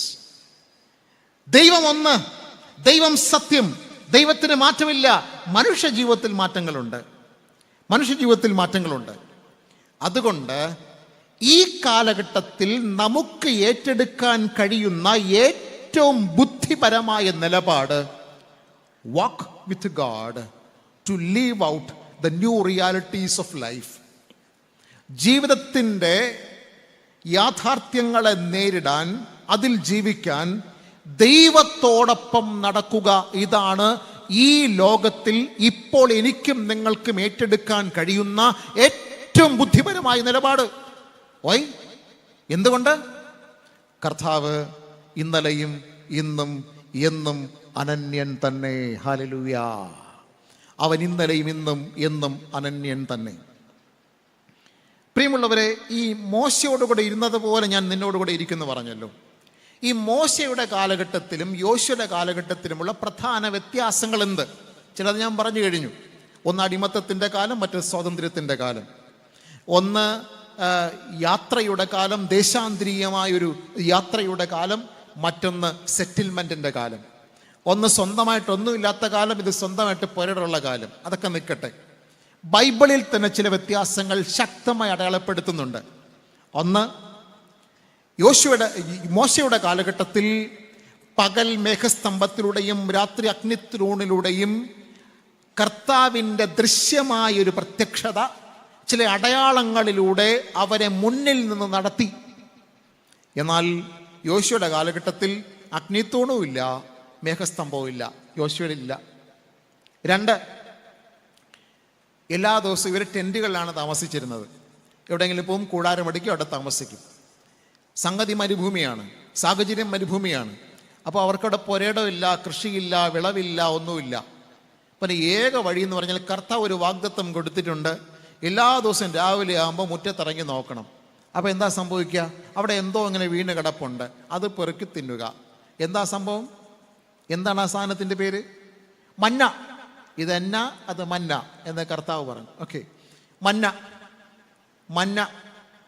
അങ്ങനെ അവർക്ക് പെറുക്കി തിന്നു. എന്ത് രസമാണല്ലേ! എല്ലാ ദിവസവും രാവിലെ മുറ്റത്ത് പോവുക, പെറുക്കി തിന്നുക. സുഖമായിട്ട് കിടന്നുറങ്ങുക, വേറെ പണിയൊന്നുമില്ല. രസകരമായൊരു ജീവിതാനുഭവമാണ് അവർക്കുണ്ടായത്. പക്ഷേ അവർ സെറ്റിൽമെൻറ്റ് കമ്മ്യൂണിറ്റിയായി കനാൻ ദേശത്തിലേക്ക് വന്നപ്പോൾ യോശുവ 5:12 അവർ ദേശത്തെ വിളവനുഭവിച്ച പിറ്റേ ദിവസം മന്ന നിന്ന് പോയി. ഇസ്രായേൽ മക്കൾക്ക് പിന്നെ മന്ന കിട്ടിയിട്ടേയില്ല. അവർ ദേശത്തിൻ്റെ വിളവനുഭവിച്ച പിറ്റേ ദിവസം മന്ന നിന്ന് പോയി. ഇസ്രായേൽ മക്കൾക്ക് പിന്നെ മന്ന കിട്ടിയിട്ടേയില്ല. എന്താ കാര്യം? എന്തുകൊണ്ട് ദൈവം മന്ന നിർത്തി? നിങ്ങൾ റെസ്പോണ്ട് ചെയ്യണേ. എന്തുകൊണ്ട് ദൈവം മന്ന നിർത്തി? എന്തുകൊണ്ടാണ് കർത്താവ് മന്ന നിർത്തിയത്? അങ്ങനെ സൂഹിക്കണ്ട. ഓക്കെ, പിന്നെന്താ? അധ്വാനിക്ക്, വിയർക്ക്, കഷ്ടപ്പെട്, പുരടത്തിൽ പണിയെടുക്ക്, കൃഷിയിറക്ക്. അങ്ങനെ മറ്റൊരു അധ്വാന സംസ്കൃതിയിലേക്ക് നിങ്ങൾ വഴിമാറണം. അധ്വാനിച്ചു തിന്നോ. Look, same Lord, different manifestations. Hallelujah. ഒരേ ദൈവം. ആ ദൈവം സനാതനമാണ്, നിത്യമാണ്. എന്നാൽ ഒരേ ദൈവം വിവിധ മാറ്റങ്ങൾ, വിവിധ സാഹചര്യങ്ങൾ, വിവിധ രീതിയിൽ, വിവിധ കാലഘട്ടങ്ങളിൽ, വിവിധ തലങ്ങളിൽ കർത്താവ് തൻ്റെ ജനത്തെ നയിക്കുന്നു. ഒപ്പം നിന്നവർ പലരുമില്ല. എന്നാൽ കർത്താവ് പറയുന്നു, ഞാൻ ഒപ്പമുണ്ട്. പ്രിയമുള്ളവരെ, അതുകൊണ്ട് ജീവിതത്തിൻ്റെ ഏതു സാഹചര്യത്തിലും മാറ്റങ്ങൾ വരും. ദൈവത്തിന് മാറ്റമില്ല. Same Lord, different manifestations. 42ാമത്തെ കൺവെൻഷനാണല്ലോ ഇത്. 40 വർഷങ്ങൾക്ക് മുമ്പ് എന്തായിരുന്നു ഇവിടെ? മുതിർന്നവർക്കൊരു പക്ഷേ ഓർമ്മകൾ ഉണ്ടാകാം. 40 വർഷങ്ങൾക്ക് മുമ്പുണ്ടായിരുന്ന സാഹചര്യമല്ലല്ലോ ഇന്ന്. ഇന്നേക്ക് 50 വർഷങ്ങൾക്ക് ശേഷം ഇതായിരിക്കത്തുമില്ല. മാറ്റങ്ങൾ വരുന്നു, ചിലത് നന്മയിലേക്ക്, ചിലത് തിന്മയിലേക്ക്. പക്ഷേ പ്രിയമുള്ളവരെ, അന്ന് കാളവണ്ടിയുടെയും നടത്തത്തിൻ്റെയും അധ്വാനത്തിൻ്റെയും ഒക്കെ ഒരു കാലഘട്ടത്തിൽ നിന്ന് ഇന്ന് AI, ആർട്ടിഫിഷ്യൽ ഇൻ്റലിജൻസിൻ്റെ മറ്റൊരു കാലഘട്ടത്തിലേക്ക് നമ്മൾ വഴിമാറിപ്പോയപ്പോൾ എന്താ സംഭവിക്കുക? സെയിം ലോർഡ്, ദൈവം ഒന്ന് തന്നെ. ദൈവത്തിന് മാറ്റമൊന്നുമില്ല. Same Lord. പക്ഷെ ഓരോ കാലഘട്ടത്തിലും തൻ്റെ ജനത്തെ നയിക്കാൻ കർത്താവിന് പദ്ധതിയുണ്ട്. ഹല്ലേലൂയ. ഓരോ കാലഘട്ടത്തിലും ഒരുപക്ഷെ നൂതന സങ്കേതങ്ങളുടെ ഈ കാലഘട്ടം, ഇതൊന്നുമില്ലാതിരുന്ന മറ്റൊരു കാലഘട്ടം. അന്നും ഒരു ജനതയെ കർത്താവ് നടത്തി, ഇന്നും നടത്തുന്നു, എന്നും നടത്തും. Same Lord. അതുകൊണ്ട് പ്രിയമുള്ളവരെ, ഈ ഒരു കാലഘട്ടത്തിൽ ദൈവം തമ്പുരാൻ മായാതെ നമുക്കൊപ്പമുണ്ട്. അത് കാണുവാൻ, അത് കേൾക്കുവാൻ, അനുഭവിക്കാൻ നമുക്ക് കഴിയട്ടെ. അതുകൊണ്ട് through God alone can God be known. ദൈവത്തിലൂടെ മാത്രമേ ദൈവത്തെ മനസ്സിലാക്കാൻ പറ്റൂ. ഇതാണ് ഏറ്റവും സനാതനമായ ഒരു സത്യം. ഞാൻ നേരത്തെ പറഞ്ഞല്ലോ, വാക്ക് വിത്ത് ഗോഡ്. അതാണ് നമുക്ക് ഈ കാലഘട്ടത്തിൽ എടുക്കാൻ പറ്റുന്ന ബുദ്ധിപരമായൊരു നിലപാട്. അതുകൊണ്ടാണ് ദൈവം ഇല്ല എന്ന് മൂടൻ പറയുന്നതെന്നൊക്കെ ബൈബിളിൽ പറഞ്ഞിരിക്കുന്നത്. ദൈവത്തോടൊപ്പം നടക്കുക എന്നുള്ളതാണ് ഏറ്റവും ബുദ്ധിപരമായൊരു നിലപാട്. മിറക്കിൾസ് സ്റ്റിൽ ഹാപ്പൻ എന്ന് പറയുന്നൊരു മൂവിയുണ്ട്. Miracles still happen. ആ മൂവിയിൽ ഇതിവൃത്തം എങ്ങനെയാണ്? ആമസോൺ വനം, നിബിഡ വനം, നിങ്ങൾക്കറിയാം. ഒരു 3-4 രാജ്യങ്ങളുടെ ഏരിയ പങ്കിടുന്ന നിബിഡ വനം, ഒരു വനസമുച്ചയമാണ് ആമസോൺ. ഈ ഭൂമുഖത്തുള്ള എല്ലാ ജീവജാലങ്ങളുടെയും ആവാസ കേന്ദ്രം. ഒരുപക്ഷെ ഈ കാലഘട്ടത്തിൽ ഭൂമിക്ക് പ്രാണവായു സമ്മാനിക്കുന്ന അതിപ്രധാനപ്പെട്ട മാർമികമായൊരു തലം, അതാണ് ആമസോൺ വനം. നിബിഡ വനം, കൊടുംകാട്. ഈ ആമസോൺ വനത്തിൻ്റെ മധ്യത്തിൽ ഒരു ഹെലികോപ്റ്റർ തകർന്നു വീഴുന്നു. ഓക്കെ, ആ ഹെലികോപ്റ്ററിലുള്ള എല്ലാവരും മരണപ്പെടുന്നു. എന്നാൽ ഒരു 13 വയസ്സുള്ളൊരു പെൺകുട്ടി മാത്രം രക്ഷപ്പെടുന്നു. അവൾ നോക്കിയപ്പോൾ വലതുവശം നിബിഡവനം, ഇടതുവശം നിബിഡവനം, പുറകെ പാറക്കൂട്ടം, ഫ്രണ്ടിൽ കാട്ടാറുകൾ ഇങ്ങനെ നിൽക്കുന്നു. എവിടേക്ക് പോകണമെന്ന് അറിയത്തില്ല. ആ സമയത്ത് ഇങ്ങനെ വിറങ്ങലിച്ച് ഭയപ്പെട്ട് കരഞ്ഞ് തപ്തമായ മനസ്സോടെ ഈ പെങ്കൊച്ച് അവിടെ നിൽക്കുമ്പോൾ മരം വെട്ടുകാരനെന്ന് തോന്നിപ്പിക്കുന്ന ഒരാൾ ഒരു കോടാലിയുമായി അതുവഴി ഇങ്ങനെ പോകുന്നു. ആ കുട്ടി ആ നിഷ്കളങ്കതയിൽ ആ മനുഷ്യനോട് ചോദിച്ചു, അങ്കിൾ, ഈ വനത്തിൽ നിന്ന് പുറത്തു പോകാനുള്ള വഴി ഏതാണ്? വനത്തിൽ നിന്ന് പുറത്തു പോകാനുള്ള വഴി ഏതാണ്? അപ്പോൾ അയാൾ പറഞ്ഞു, മക്കളെ, അത് എനിക്കും പിടുത്തമില്ല. പിന്നെ ഒരു വഴി ഞാൻ പറഞ്ഞുതരാം. നോക്ക്, ദൂരെ നോക്ക്. ഓക്കെ, ഒരു കുഞ്ഞരുവി ഇങ്ങനെ പോകുന്നത് നീ കണ്ടു. നീ ഓടിയ അരുവിയുടെ അടുത്ത് പൊയ്ക്കോ. എന്നിട്ട് ആ അരുവിയുടെ ഓരം പറ്റി നടന്ന് നോക്ക്. മേ ബി അരുവി ഇങ്ങനെ മെല്ലെ മെല്ലെ പോയി കുറേ കിലോമീറ്റർ കഴിയുമ്പോൾ അത് നദിയായി മാറിയേക്കാം. വീണ്ടും ആ നദിയുടെ ഓരം പറ്റി നീ നടക്കണം. കുറേ ദൂരം നടക്കുമ്പോൾ മേ ബി ചിലപ്പോൾ മനുഷ്യവാസമുള്ളൊരു സ്ഥലത്ത് ചെന്ന് പറ്റാൻ സാധ്യതയുണ്ട്. അങ്ങനെയെങ്കിൽ നീ രക്ഷപ്പെടും എന്ന് പറഞ്ഞു. ഈ അരുവിയുടെ ഓരം പറ്റി നടന്നോ, നീ രക്ഷപ്പെട്ടേക്കാം എന്ന് പറഞ്ഞു. ഈ കുട്ടി ഓടി. അവിടെ നിന്ന് കിതച്ചും വിറച്ചും ഒക്കെ ഓടി ഈ അരുവിയുടെ അടുത്തെത്തി. ഈ അരുവിയുടെ ഓരം പറ്റി നടന്നു. കുറേ കിലോമീറ്റർ കഴിഞ്ഞപ്പോൾ ഈ അരുവി വികസിച്ച് ഒരു നദിയായി മാറുന്നതായി കണ്ടു. വീണ്ടും കുറേ ദൂരം പോയപ്പോൾ ഈ നദിയുടെ ഓരം പറ്റി നടന്നപ്പോൾ 1-2 മനുഷ്യന്മാരെ കണ്ടു. വീണ്ടും കുറേ ദൂരം നടന്നപ്പോൾ ഈ നദിയുടെ ഓരത്തിൽ ഒരു ജനവാസമുള്ള സ്ഥലത്ത് വന്നെത്തി. ആ കുട്ടി രക്ഷപ്പെട്ടു. ആ സിനിമയുടെ പേര് മിറക്കിൾസ് സ്റ്റിൽ ഹാപ്പൻ എന്നുള്ളതാണ്. ഈ സിനിമ കാണുമ്പോൾ എൻ്റെ മനസ്സിലേക്ക് വന്ന, ഞാൻ ഡയറിയിൽ എഴുതിയ കുറിപ്പ് ഇങ്ങനെയാണ്: ആത്മനദിയുടെ ഓരം പറ്റി നടന്നോ, രക്ഷപ്പെടാതിരിക്കില്ല. ഹല്ലേലൂയ. ആത്മനദിയുടെ ഓരം പറ്റി നടന്നോ, രക്ഷപ്പെടാതിരിക്കില്ല. Miracles still happen. പ്രിയമുള്ളവരെ, വാക്ക് വിത്ത് ഗോഡ്, ദൈവത്തോടൊപ്പം നടക്ക്. അതാണ് ഈ കാലഘട്ടത്തിലെ ബുദ്ധിപരമായ തീരുമാനം. മറ്റൊന്നില്ല. കാര്യം, അനന്യനായ ദൈവത്തെ, ഭൂത വർത്തമാന ഭാവി കാലങ്ങൾക്ക് അതീതമായ ആ സത്യത്തെ തൃണവദ്ഗണിച്ചുകൊണ്ട് ഒരു മനുഷ്യ നിലനിൽപ്പ് സാധ്യമല്ല. കാലം മാറും, കോലം മാറും, സാഹചര്യം മാറും, ജീവിതക്രമങ്ങൾ മാറും. എന്നാൽ അനന്യനായ ദൈവത്തിന് മാറ്റമില്ല. അതാണ് ഈ ഭാഗം നമ്മോട് ശക്തമായി പറയുന്നു.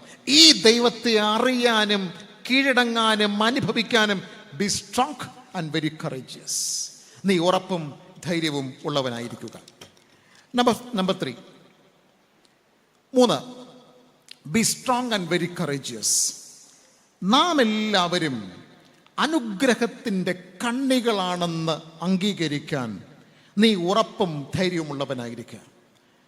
Be strong and very courageous to acknowledge that we are links to blessing.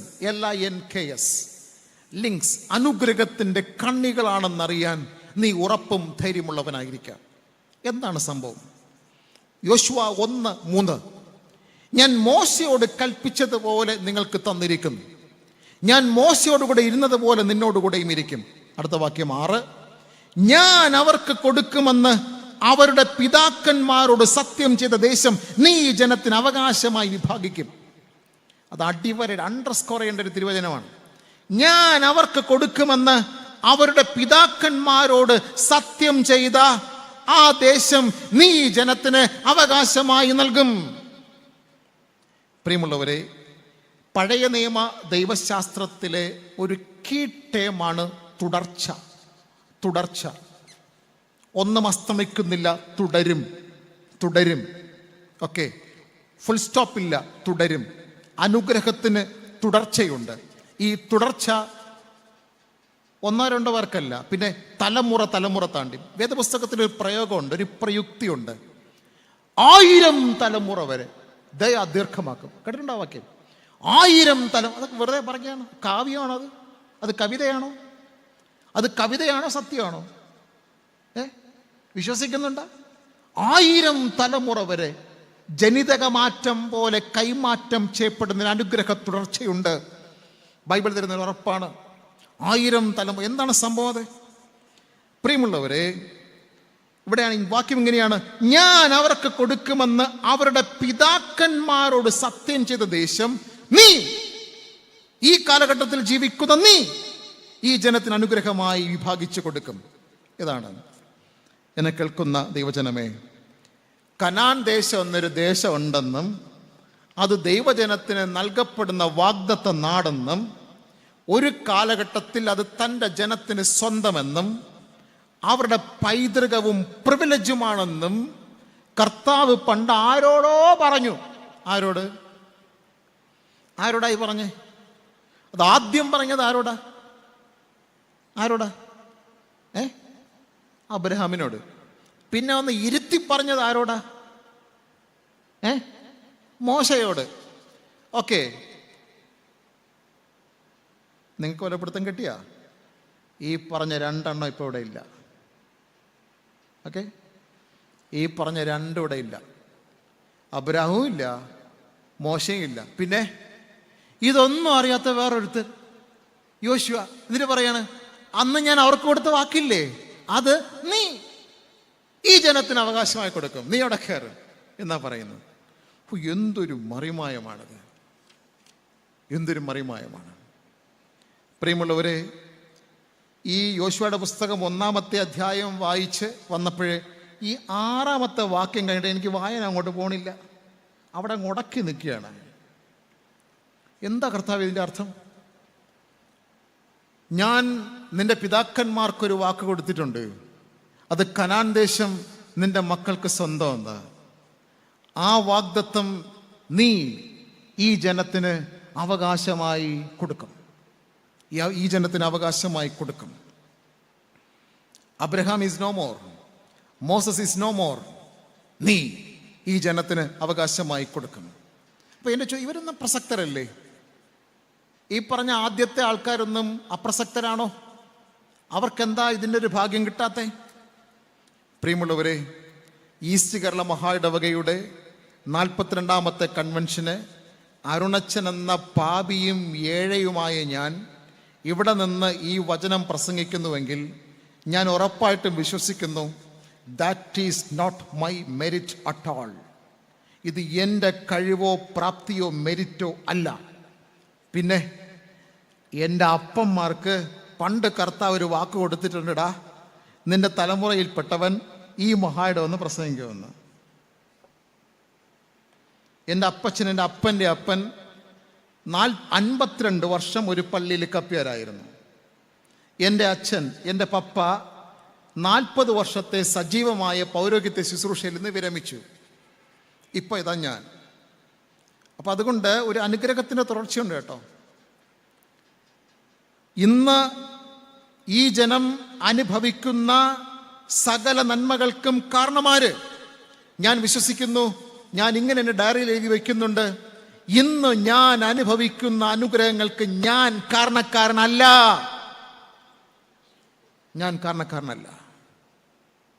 ഇന്ന് ഞാൻ അനുഭവിക്കുന്ന ഈ ബ്ലെസ്സിങ്സിന്റെ മെരിറ്റ് എനിക്കല്ല, ഇതിന് കാരണക്കാരൻ ഞാനല്ല.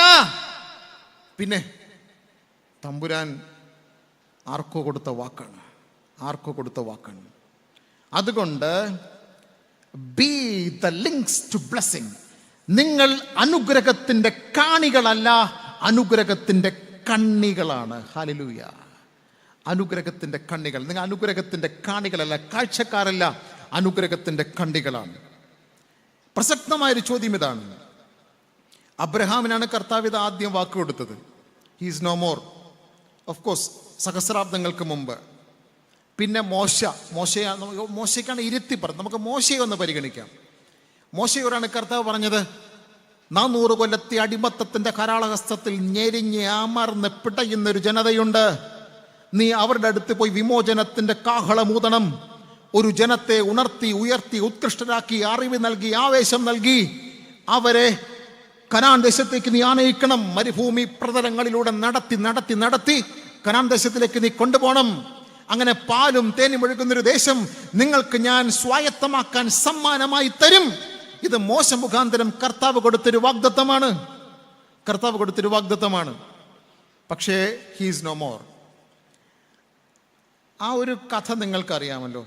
പ്രത്യേകിച്ചും ആവർത്തന പുസ്തകം 34 എൻ്റെ പേഴ്സണൽ വായനയിൽ, ബൈബിൾ വായനയിൽ ചില ഭാഗങ്ങൾ ഇങ്ങനെ ആവർത്തിച്ച് വായിക്കാൻ ഇഷ്ടപ്പെടുന്നൊരു ഭാഗമാണ് കേട്ടോ. പ്രത്യേകിച്ചും കുറേ സങ്കടങ്ങളൊക്കെ വരുമ്പോൾ എനിക്ക് ചില സ്പെഷ്യൽ വേദഭാഗങ്ങളുണ്ട്. അതിങ്ങനെ എത്ര ആവർത്തിച്ച് വായിച്ചാലും കൊതി തീരില്ല. അങ്ങനെ ബൈബിളിലെ എനിക്ക് വളരെ പേഴ്സണലി എന്നെ ടച്ച് ചെയ്ത ഒരു വേദഭാഗമാണ് ആവർത്തനം 34. എന്താണ് ആവർത്തനം 34? എന്നെ ഒന്ന് ശ്രദ്ധിക്കുക, ബാക്കി നിങ്ങൾ വീട്ടിൽ പോയി വായിക്കുക. കാദേശ് മരുഭൂമിയിൽ ജനം തമ്പടിച്ചു കിടക്കുന്നു. അവരുടെ സ്വപ്നം മുഴുവനും കനാൻ കനാൻ കനാൻ എന്നാണ്. കനാൻ ദേശം, അപ്പുറത്ത് കനാൻ ദേശം. അങ്ങനെ വന്നപ്പോൾ വീണ്ടും കനാൻ ദേശത്തിലേക്ക് പോകാൻ അവർക്ക് ഏദോം എന്ന് പറയുന്നൊരു രാജ്യം താണ്ടി അപ്പുറത്ത് പോകണം. പക്ഷെ അതിന് നിർവാഹമില്ല. മോസസ് ചില പ്രതിനിധികളെ ഏദോം രാജാവിൻ്റെ അടുത്ത് പറഞ്ഞയച്ചു. ഞങ്ങൾ അടിമകളായിരുന്ന കുറച്ച് ആൾക്കാരാണ്, ഒരു 5-6 ലക്ഷം ആൾക്കാരുണ്ട്.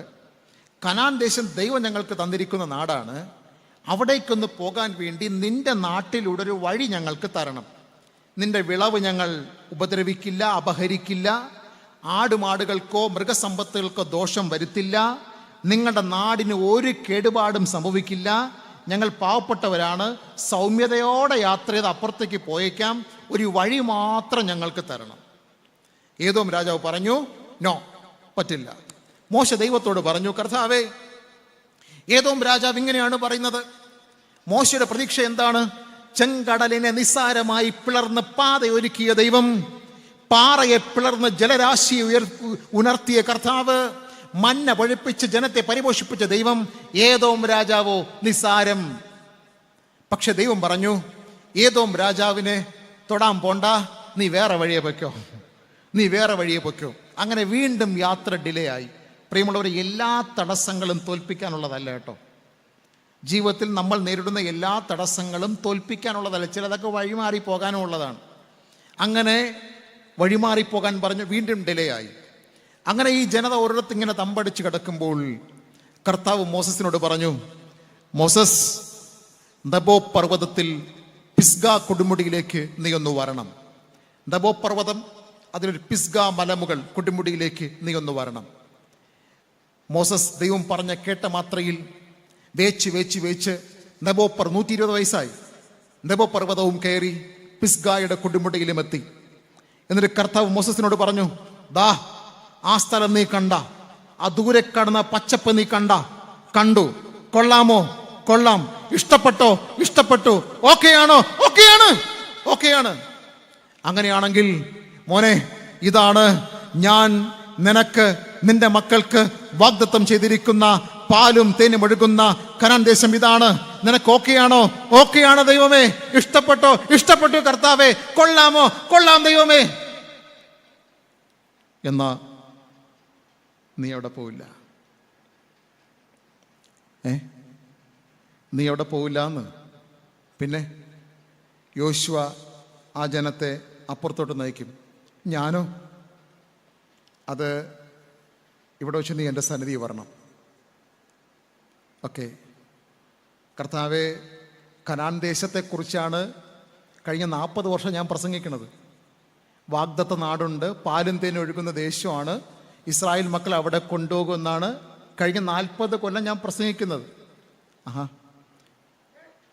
അവിടെ എൻ്റെ ശവം അടക്കാനുള്ളൊരു 6 അടി മണ്ണ് തരുമോ? ഈ 40 വർഷം ഒരു ജനത്തെ ഞാൻ നയിച്ചില്ലേ? ഈ കനാൻ ദേശത്തിൽ മാന്യമായൊരു ശവസംസ്കാര ശുശ്രൂഷയ്ക്കും ഒരു കുടീരത്തിനുമുള്ള ഒരു അർഹത എനിക്കില്ലേ? എൻ്റെ ശരീരം അവിടെ അടക്കിക്കൂടെ? ദൈവം പറഞ്ഞു, നിന്റെ ശരീരം പോലും ആരും കാണാൻ പോണില്ല. നിനക്ക് സ്മാരകങ്ങൾ വേണ്ട. നിന്നെ ഇവിടെ വെച്ച് ഞാൻ എടുക്കാൻ പോവാണ്. കർത്താവേ, എനിക്ക് ഒന്ന് കാണാനുള്ള ഭാഗ്യം തരൂ, ആ നാട് കാണാനുള്ളൊരു ഭാഗ്യം തരൂ. മോശ ഇത് പറഞ്ഞില്ല കേട്ടാ, അരുണച്ചൻ ആവേശം കൊണ്ട് പറഞ്ഞു പോയതാണ്. മോശ പറഞ്ഞില്ല, സോറി, ബൈബിളിൽ എഴുതി വെച്ചിട്ടില്ല. കനാൻ ദേശത്തിലേക്ക് നീ പോകില്ല, അവിടെ സ്മാരകങ്ങൾ നിനക്ക് വേണ്ട, നിന്നെ ഞാൻ ഇവിടെ വെച്ച് എടുക്കാൻ പോകുന്നു എന്ന് പറഞ്ഞപ്പോൾ മോശ പറഞ്ഞു, ഓക്കെ. ഇതൊരു മനുഷ്യനാണ് ഇയാള്. മോശ പറഞ്ഞു, ഓക്കെ. ഒരു പള്ളി പണിയൊക്കെ പള്ളിയൊക്കെ പൂർത്തിയായി. കർത്താവ് പ്രതിഷ്ഠ കഴിയാതെ ഇവിടുന്ന് പോകേണ്ട വലുത്. പ്രതിഷ്ഠ എല്ലാം പൂർത്തിയായി. ഓക്കെ, ഞാൻ കണ്ടിട്ട് വരട്ടെ, കണ്ടിട്ട് വരട്ടെ. വേണ്ട, നിന്നെ വിളിച്ചെടുക്കാൻ പോയാണ്. എൻ്റെ ചോദ്യം ഇതാണ്: is Moses a blessed man? Number 2, is he a successful man? നിങ്ങളുടെ ഒരു കാഴ്ചപ്പാടിൽ ഈ പറയുന്ന മോശ അനുഗ്രഹീതനാണോ? അയാൾ ഈ നടത്തിയ ഓപ്പറേഷൻസ് സക്സസ്ഫുൾ ആണോ? അയാളൊരു സക്സസ്ഫുൾ മനുഷ്യനാണോ എന്ന്? ആണോ? ജീവിതത്തിൽ സക്സസ് ഉള്ള, വിജയം കണ്ട, അനുഗ്രഹീതനായ വ്യക്തിയാണോ നിങ്ങളുടെ കാഴ്ചപ്പാടിൽ? ആണോ? പ്രസംഗിച്ചത് കാണാൻ പറ്റിയില്ല. ഓക്കെ, അദ്ദേഹം ആവേശത്തോടെ സ്വപ്നത്തിൽ താലോലിച്ച് നടന്നത് സാക്ഷാത്കരിക്കാൻ പറ്റിയില്ല. ഒന്നും പറ്റിയില്ല, ഒന്നും കണ്ടില്ല, കാണാതെ പിന്മാറിപ്പോയി. അനുഗ്രഹീതനാണോ? ഉത്തരം പറഞ്ഞേ പറ്റൂ കേട്ടോ. അനുഗ്രഹീതനാണോ? യെസ്. അങ്ങനെയാണെങ്കിൽ എൻ്റെ മറു ചോദ്യം, എന്താണ് അനുഗ്രഹം? എന്താണ് അനുഗ്രഹം? പ്രിയമുള്ളവരെ, ഞാൻ പരിശുദ്ധാത്മാവിൽ ഒരു കാര്യം വിളിച്ചു പറയുന്നു. നമ്മൾ കണ്ടതും, നമ്മൾ കൊണ്ടതും, നമ്മൾ നേടിയതും, നമ്മൾ വെട്ടിപ്പിടിച്ചതും, നമ്മൾ സ്വന്തമാക്കിയതും മാത്രമല്ല ബ്ലെസ്സിങ്. പിന്നെ എന്താണ് ബ്ലെസ്സിങ്? നിങ്ങളിലൂടെ കൈമാറ്റം ചെയ്യപ്പെട്ടതും, നിങ്ങളിലൂടെ ഒരു തലമുറയിലേക്ക് വന്നത്, നിങ്ങളിലൂടെ തിരുസഭയിലേക്ക് വന്നത്, നിങ്ങളിലൂടെ കുടുംബത്തിലേക്ക് വന്നത്, എല്ലാത്തിൻ്റെയും ആകത്തുകയാണ് ബ്ലെസ്സിങ്. അതുകൊണ്ട് നിങ്ങളുടെ ഈ ജീവിതത്തിൽ കാണാൻ പറ്റിയതും, നേടാൻ പറ്റിയതും, സ്വീകരിച്ചതും, സ്വന്തമാക്കിയതും, വെട്ടിപ്പിടിച്ചതും അതിൻ്റെ കണക്കല്ല ബ്ലെസ്സിങ്. ഹല്ലേലൂയ. അതിൻ്റെ കണക്കല്ല ബ്ലെസ്സിങ്. അതുകൊണ്ടാണ് ഞാൻ നേരത്തെ പറഞ്ഞത്, നമ്മൾ ഇങ്ങനെ അനുഗ്രഹത്തിൻ്റെ കാഴ്ചക്കാരല്ല, പിന്നെ കണ്ണികളാണ്. അനുഗ്രഹത്തിൻ്റെ കണ്ണികളാണ്. നിങ്ങളിലൂടെ അപരനിലേക്ക്, നിങ്ങളിലൂടെ മറ്റൊരു തലമുറയിലേക്ക്, നിങ്ങളിലൂടെ തിരുസഭയിലേക്ക്, നിങ്ങളിലൂടെ ഒരു പ്രസ്ഥാനത്തിലേക്ക് നൽകപ്പെട്ടതെന്ത്?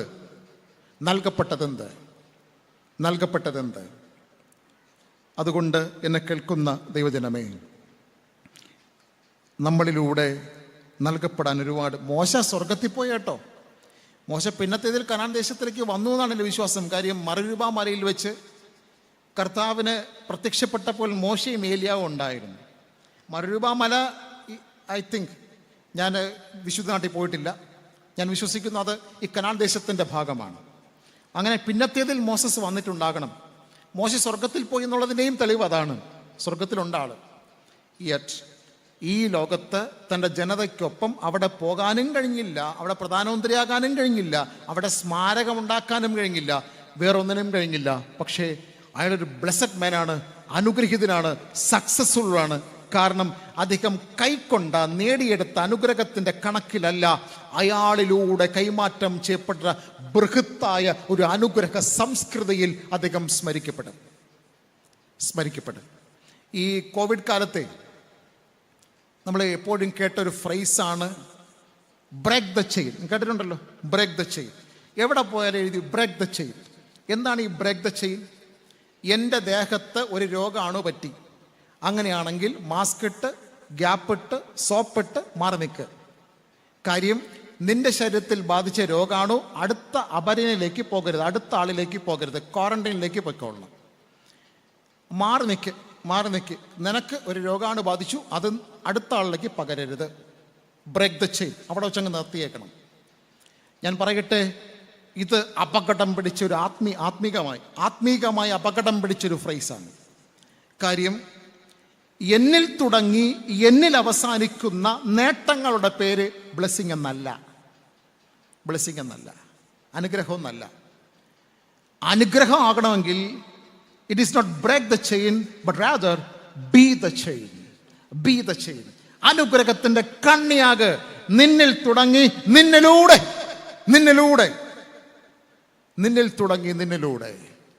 നിന്നിൽ തുടങ്ങി നിന്നിൽ അവസാനിച്ചാൽ അതിൻ്റെ പേര് അനുഗ്രഹമൊന്നല്ല. അനുഗ്രഹമൊന്നല്ല, അതിന് വേറെ എന്തെങ്കിലും വിളിക്കണം. ഓക്കെ, അനുഗ്രഹമൊന്നല്ല, ആസക്തിയാണത്, അനുഗ്രഹമല്ല. അതുകൊണ്ട് എന്നെ കേൾക്കുന്ന ദൈവജനമേ, B the chain of blessings. നമ്മൾ അനുഗ്രഹത്തിൻ്റെ കണ്ണികളാണ്, അനുഗ്രഹത്തിൻ്റെ കണ്ണികളാണ്. നിന്റെ പിതാക്കന്മാരോട് ഞാൻ നൽകുമെന്ന് ഞാൻ അവർക്ക് സത്യം ചെയ്ത ദേശം നീ ഈ ജനത്തിന് അവകാശമായി കൊടുക്കും. അങ്ങനെ യോശുവ ആ അനുഗ്രഹത്തിൻ്റെ കണ്ണിയായി മാറുന്നു. മോശയ്ക്ക് അത് സ്വായത്തമാക്കാൻ കഴിഞ്ഞില്ല, അത് കാണുവാൻ കഴിഞ്ഞില്ല. അതിന് പകരം യോശുവയാണ്. പക്ഷെ മോശ സക്സസ്ഫുൾ അല്ല എന്ന് ഒരിക്കലും പറയരുത്. യോശുവയിലൂടെ കൈമാറ്റം ചെയ്ത് തലമുറയായി അത് കൈമാറ്റം ചെയ്യപ്പെടുന്ന അനുഗ്രഹത്തിൻ്റെ ബൃഹത്തായൊരു ദൈവ പദ്ധതിയുടെ ഭാഗമായി അവർ മാറുന്നു എന്നുള്ളതാണ്. അതുകൊണ്ട് പ്രിയമുള്ളവരെ, നാം എല്ലാവരും അനുഗ്രഹത്തിൻ്റെ കണ്ണികളാകാൻ be strong and very courageous. നിങ്ങൾ അനുഗ്രഹത്തിൻ്റെ കാണികളാകാൻ ശ്രമിക്കരുത്, നിങ്ങൾ അനുഗ്രഹത്തിൻ്റെ കണ്ണികളാകണം. അനുഗ്രഹത്തിൻ്റെ കണ്ണികളാകാൻ ഉറപ്പും ധൈര്യവും ഉള്ളവരായിരിക്കുക.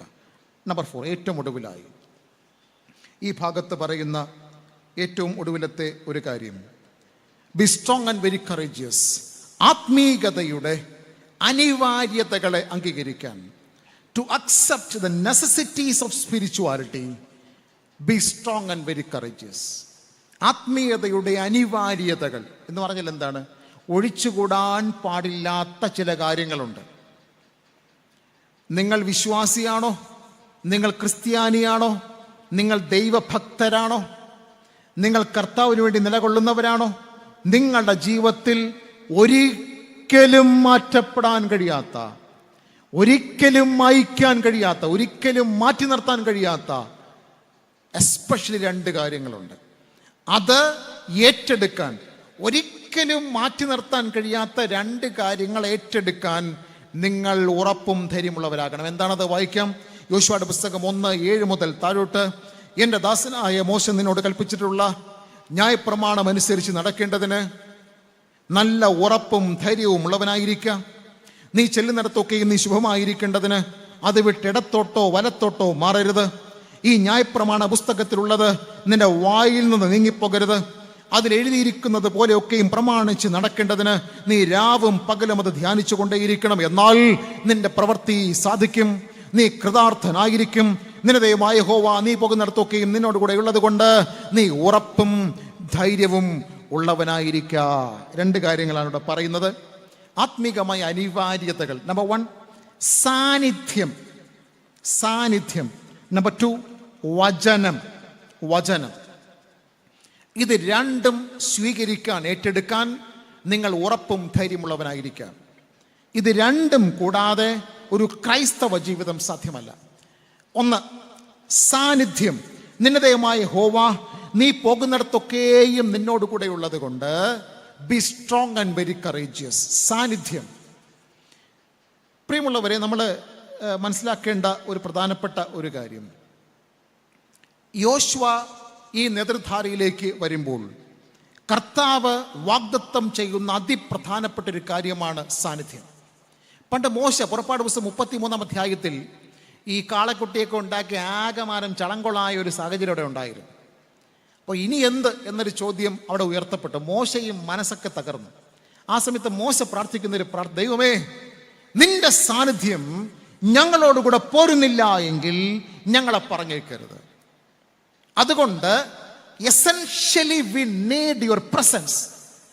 നിന്റെ സാന്നിധ്യം ഞങ്ങളോടുകൂടെ വന്നേ പറ്റൂ. അത് മോശയുടെ ഒരു പിടിവാശിയാണ്. എൻ്റെ കൊച്ചിന് ഒരു പെണ്ണ് നോക്കിപ്പോകുമ്പോൾ തമ്പുരാനെ ഒപ്പം ഉണ്ടാവണേ. എൻ്റെ കുട്ടി ഒരു അഡ്മിഷൻ തേടി പോകുമ്പോൾ തമ്പുരാനെ ഒപ്പം ഉണ്ടാവണേ. ഒരു പുരയിടം വാങ്ങിക്കാൻ വേണ്ടി പോകുമ്പോൾ, ജീവിതത്തെ പ്രതി പുതു പ്രോജക്റ്റുകളിലേക്ക് പദമൂന്നുമ്പോൾ തമ്പുരാനെ ഒപ്പം ഉണ്ടാവണേ. എപ്പോഴും ഒപ്പം ഉണ്ടാവണേ. സാന്നിധ്യം. അപ്പോൾ ഒരു ചോദ്യമുണ്ട് കേട്ടോ. നമ്മൾ ഈ സാന്നിധ്യം വേണമെന്ന് പറഞ്ഞാൽ ഈ സാന്നിധ്യം എല്ലായിടത്തും ഇല്ലേ? ദൈവത്തിൻ്റെ സാന്നിധ്യം എല്ലായിടത്തും ഇല്ലേ? അവർ ഗോഡ് ഈസ് എൻ ഓംനിപൊട്ടന്റ്, ഓംനിഷ്യന്റ് ഗോഡ് എന്നാണല്ലോ പറയുന്നത്. അങ്ങനെയാണെങ്കിൽ കർത്തൃ സാന്നിധ്യം എല്ലായിടത്തും ഉണ്ട്. പിന്നെ എന്തിനാണ് നമ്മൾ ഈ സാന്നിധ്യം? ഇവിടെയുണ്ട്, ചന്തയിൽ പോകുമ്പോൾ ഉണ്ട്, വീട്ടിലുണ്ട്, പള്ളിയിലുണ്ട്, നാട്ടിലുണ്ട്, എല്ലായിടത്തും ഉണ്ട്. പിന്നെ എന്തിനാണ് നമ്മൾ ഈ സാന്നിധ്യം എന്ന് പറയുന്നത്? പണ്ട് ഈ ടി വി, പഴയ ടി വിയൊക്കെ അറിയാമല്ലോ, ടി വി അറിയാം. ഇപ്പോഴും സ്മാർട്ട് ടി വിയൊക്കെ വന്നപ്പോൾ കാലം അതിൻ്റെ രീതിയൊക്കെ ഒന്ന് മാറി. പഴയ ടി വികൾ നമ്മുടെ സ്വീകരണ മുറിയിൽ ടി വി ഇരിക്കും. ടി വി ഇരിക്കുമ്പം ഈ ടി വി പ്രവർത്തിക്കാൻ വേണ്ടി നമുക്ക് വേണ്ട ഒരു സാധനം പുറത്ത് വയ്ക്കും. എന്താ സാധനത്തിൻ്റെ പേര്? ആൻറ്റണ പുറത്ത് വയ്ക്കും. അതെന്താ സംഭവം? എന്തിനാണ് ഈ ആൻറ്റണ പുറത്ത് വയ്ക്കുന്നത്? ടി വി തരംഗങ്ങൾ എല്ലായിടത്തും ഉണ്ട്, ഇല്ലേ? എല്ലായിടത്തും ഉണ്ട് ടി വി തരംഗങ്ങൾ, ഇവിടെയും ഉണ്ട്. പക്ഷേ ഇവിടെ എൻ്റെ മുറിക്കകത്തിരിക്കുന്ന ടി വി പ്രവർത്തിക്കണമെങ്കിൽ അതിലേക്ക് വർണ്ണവും വിസ്മയവും ആളും പാട്ടും എല്ലാം വരണമെങ്കിൽ എൻ്റെ വീട്ടിൻ്റെ ഫ്രണ്ടിൽ വെച്ചിരിക്കുന്ന ഒരു ആൻറ്റണ എങ്ങനെ ഉയർത്തിപ്പിടിക്കണം. എന്നാൽ മാത്രമേ എല്ലായിടത്തുള്ള ടി വി തരംഗങ്ങൾ ഇതിലേക്ക് വന്ന് എൻ്റെ വീട്ടിൽ ആക്റ്റീവ് ആവൂ. ഈ അതുപോലെയാണ് ഇത് എന്ന് പറഞ്ഞാൽ ദൈവത്തിൻ്റെ സാന്നിധ്യം എല്ലായിടത്തും ഉണ്ട്. പക്ഷെ അത് നിന്നിൽ ആക്റ്റീവ് ആകണമെങ്കിൽ ഞാനൊരു ആൻറ്റണ എങ്ങനെ ഉയർത്തിപ്പിടിക്കണം. ഓക്കെ, ആൻറ്റണയുടെ പേരാണ് വിശ്വാസം. ഞാനിങ്ങനെ ഉയർത്തിപ്പിടിക്കുന്ന ആൻറ്റണയുടെ പേരാണ് പ്രാർത്ഥന. അപ്പം ഞാൻ ഈ ആൻറ്റണ നാട്ടിയില്ലെങ്കിൽ സാന്നിധ്യമൊക്കെ ഇവിടെ എല്ലായിടത്തും ഉണ്ട്, കാര്യമില്ല. എന്നിൽ ആക്റ്റീവ് ആവില്ല, എന്നിൽ ക്രിയ ചെയ്യില്ല. ഓക്കെ, എന്നിൽ വർക്കൗട്ട് ആവില്ല. അതാണ് ഏറ്റവും പ്രധാനപ്പെട്ട ഒരു കാര്യം. അതുകൊണ്ട് എന്നെ കേൾക്കുന്ന ദൈവജനമേ, നമുക്കൊരു ദൈവത്തിൻ്റെ സാന്നിധ്യ ബോധത്തിൽ ജീവിക്കണം. വിശ്വാസം, പ്രാർത്ഥന ഇവയാൽ ദൈവത്തിൻ്റെ നിറവുള്ള സാന്നിധ്യത്തിൽ ജീവിക്കാൻ ഞാൻ എപ്പോഴും ജാഗരൂകനാകണം. അതുകൊണ്ട് സാന്നിധ്യം എല്ലായിടത്തും ഉണ്ടല്ലോ, ദൈവത്തിൻ്റെ സാന്നിധ്യം എല്ലായിടത്തും ഇല്ലേ, ദൈവം എല്ലായിടത്തും ഉണ്ടല്ലോ എന്നൊക്കെ പറഞ്ഞ് ലാഘവ ബുദ്ധിയോടെ നമ്മളങ്ങനെ പറഞ്ഞു കളയരുത്. ദൈവം എല്ലായിടത്തും ഉണ്ടോ? ഉണ്ട്. പക്ഷേ നിന്നിൽ പ്രാർത്ഥന ജ്വലിച്ചില്ല എങ്കിൽ, നിന്നിൽ വിശ്വാസം ജ്വലിച്ചില്ല എങ്കിൽ അത് നിന്റെ പേഴ്സണൽ ലൈഫിൽ ആക്റ്റീവ് ആകണമെന്നില്ല. പ്രധാനപ്പെട്ടൊരു കാര്യമാണത്. കാറ്റെല്ലായിടത്തും ഉണ്ട്, പക്ഷെ ഞാൻ വലിച്ചു പിടിച്ചാലേ ശ്വാസം കിട്ടും. ഓക്കെ, അപ്പോൾ ഈ കാറ്റും ശ്വാസവും പോലെയാണ് ഈ വ്യത്യാസം. കാറ്റെല്ലായിടത്തും ഉണ്ട്, പക്ഷെ അത് എന്നിൽ ക്രിയണ്ടേ, എൻ്റെ ഉള്ളിലേക്ക് വരണ്ടേ. അതുകൊണ്ട് അത് എന്നിൽ പ്രവർത്തിക്കണം എന്നുള്ളതാണ് പ്രധാനപ്പെട്ട ഒരു കാര്യം. എപ്പോഴും ക്രിയ ചെയ്യണം. ഈ സാന്നിധ്യത്തിൻ്റെ മറ്റൊരു പ്രത്യേകത, അത് ഭക്ഷണം പോലെയാണ്. ഭക്ഷണം എന്ന് പറഞ്ഞാൽ മനുഷ്യരായ നമ്മളെ സംബന്ധിച്ച് ഒരാഴ്ചത്തെ ഭക്ഷണം ഒരുമിച്ച് കഴിക്കാൻ പറ്റുമോ? ഒരുമിച്ച് കഴിക്കാൻ പറ്റുമോ? ഇല്ല. പിന്നെ എൻ്റെ ശരീരം നിലനിൽക്കണമെങ്കിൽ എല്ലാ ദിവസവും ഇച്ചിരി കഴിക്കണം. അതാണ് പ്രത്യേകത. അതുപോലെ ആത്മീകമായി നമുക്ക് 2023 പ്രാർത്ഥന പോരാ, 2025 പിടിച്ചു നിൽക്കാൻ പോരാ. അത് എല്ലാ ദിവസവും ഇച്ചിരി അങ്ങോട്ട് പോകണം. ദൈവത്തിൻ്റെ സാന്നിധ്യത്തെ തിരിച്ചറിയുക. 2023 പ്രാർത്ഥനയും അഭിഷേകവും ഉപവാസവും ഒന്നും പോരാ ഇപ്പോൾ പിടിച്ചു നിൽക്കാൻ. കാര്യം ന്യൂ റിയാലിറ്റീസ്. 1 ലക്ഷം രൂപ കൊടുത്ത് ഞാനൊരു മൊബൈൽ ഫോൺ വാങ്ങി. പക്ഷേ ദൗർഭാഗ്യം എന്ന് പറയട്ടെ, അത് കഴിഞ്ഞ 1 വർഷമായിട്ട് ഇൻ്റർനെറ്റുമായിട്ട് കണക്റ്റഡ് അല്ല. എന്നാൽ എന്ത് സംഭവിക്കും? 1 ലക്ഷം രൂപ കൊടുത്തൊരു മൊബൈൽ ഫോൺ വാങ്ങി, പക്ഷെ 1 വർഷമായിട്ട് ഇൻ്റർനെറ്റുമായി കണക്റ്റഡ് അല്ല. എന്ത് സംഭവിക്കും? ഔട്ട്ഡേറ്റ് ആകും.